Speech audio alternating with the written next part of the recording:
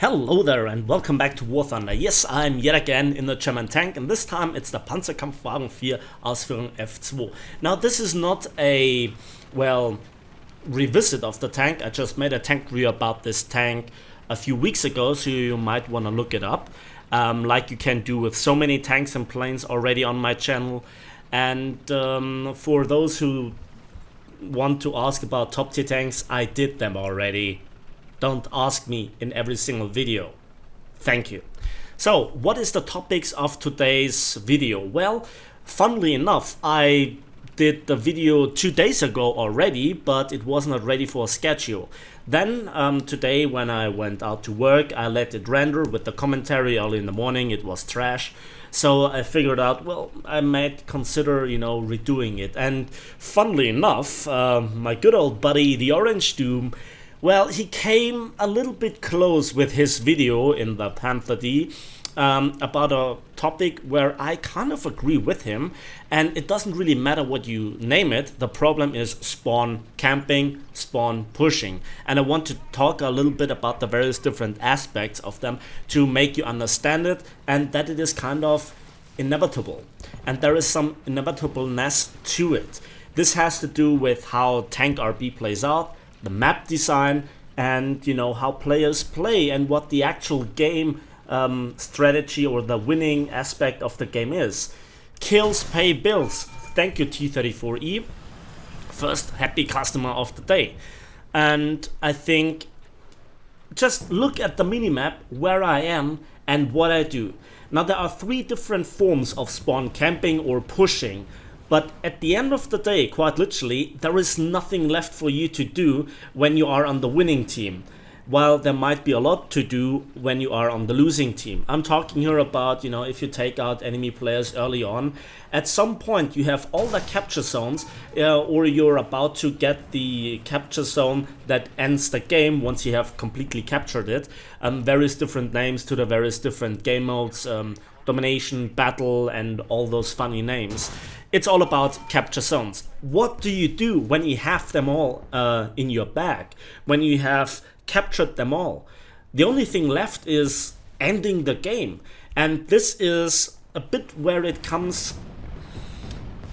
Well, there is a bit of a problem, and it's so damn hard to explain now. I already covered this specific topic in a separate video, Don't Be This Guy, where I think I talked extensively about enemy players, or specifically one player typically running away from the battle, running away in a plane, hiding in a tank, and just extending the game for 5 to 10 minutes, in which you don't get silver lines, research points, or anything else out of the game. In fact, it bores me to death to do so, which is one of many reasons why I usually don't respawn in a tank after I got killed. Either I see that the game is already won at this stage, or it's already lost, and if I already won, well, then there are those 5 to 10 minutes where there is nothing left for me, and getting killed is a good excuse to just jump out of the game, and not everybody agrees with that. Now, if you ask yourself what this has to do with the spawn camping, well, let me tell you. When you are on the winning game, what do you do?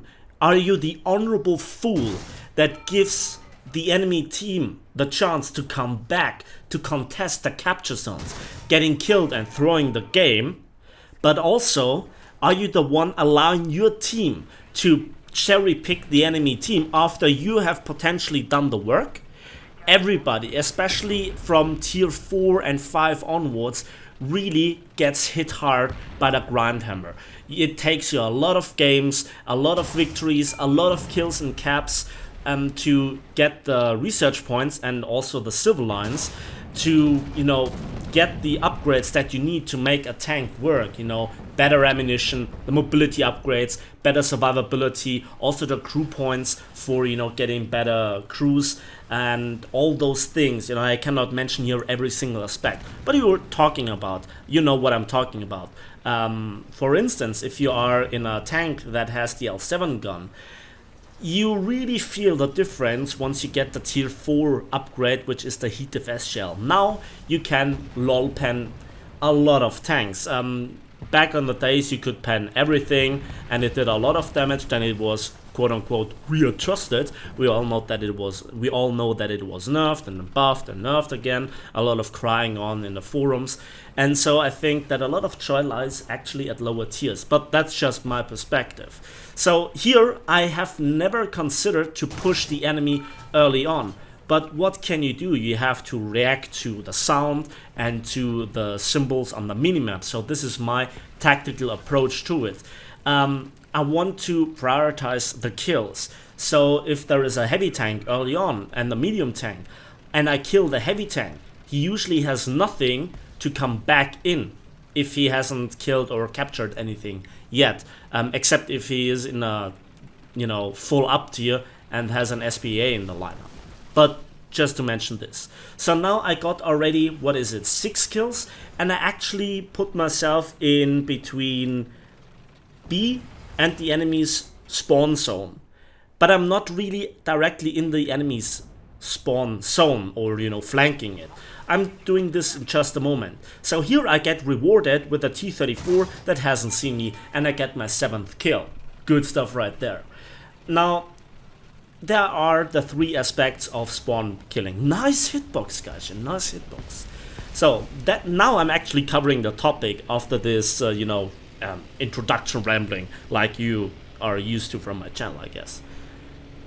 Now, the 3 different stages are, or not the 3 different stages, but the 3 different types of spawn camping are: the one bypassing the actual combat, flanking hard, and just going into a position where you have to jump on an enemy once he comes out of the spawn, and you just pick them apart, preferably one-shotting them with any sort of APCBC shell or APHEBC shell with a high explosive core.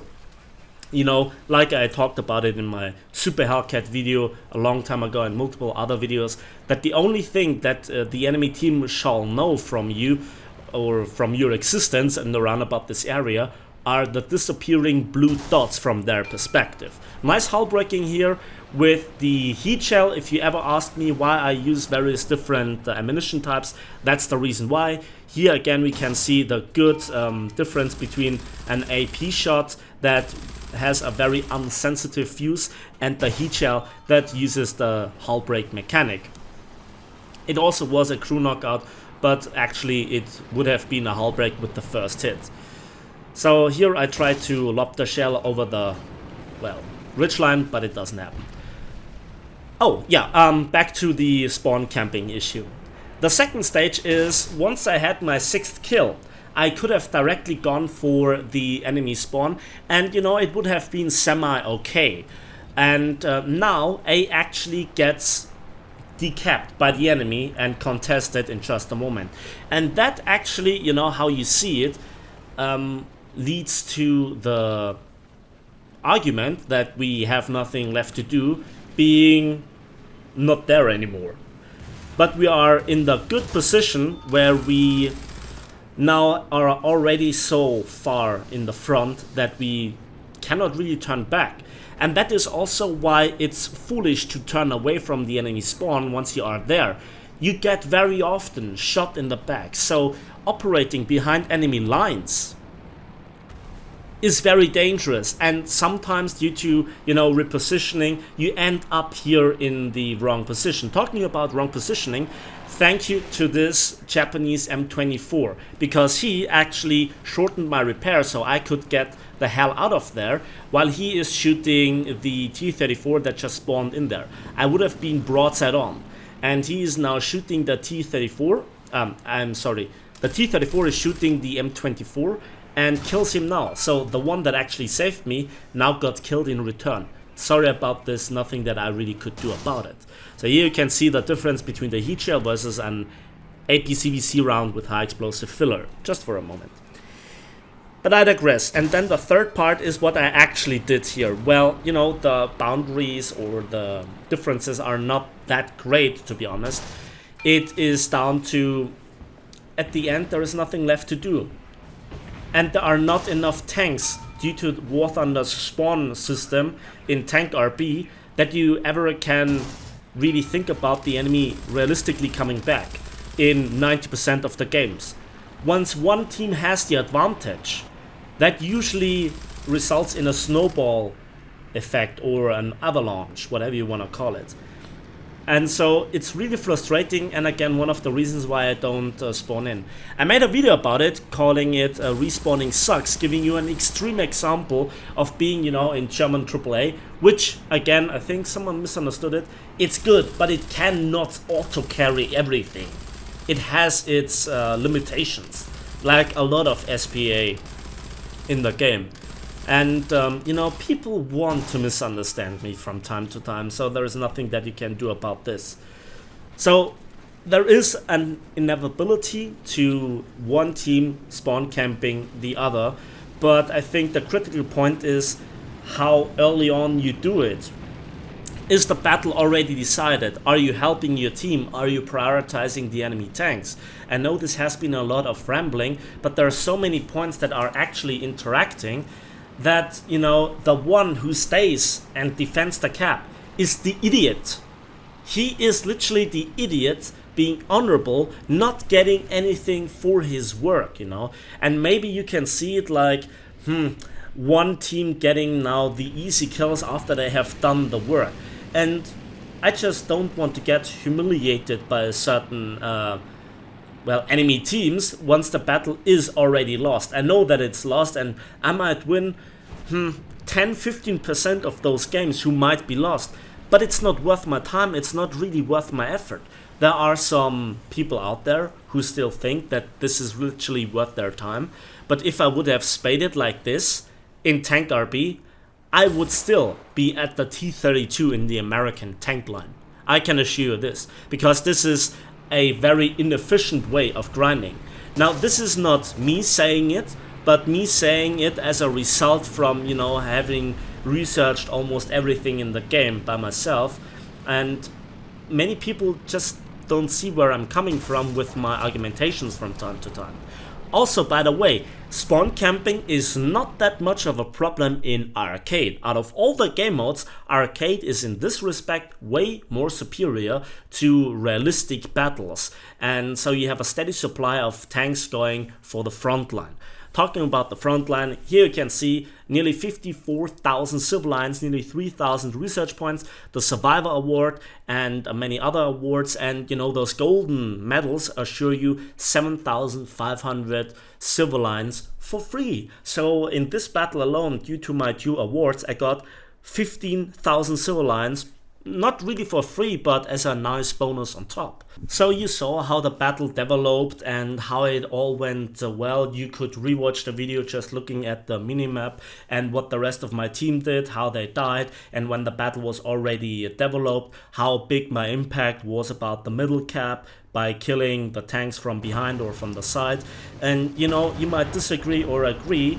I'm really interested in your opinion. Give it to me in the comment section. Your opinion. And, well, thanks for watching, thanks for listening. Give the video a like if you did, subscribe if you want to see more, and we'll see each other in the skies and on the battlefields of War Thunder.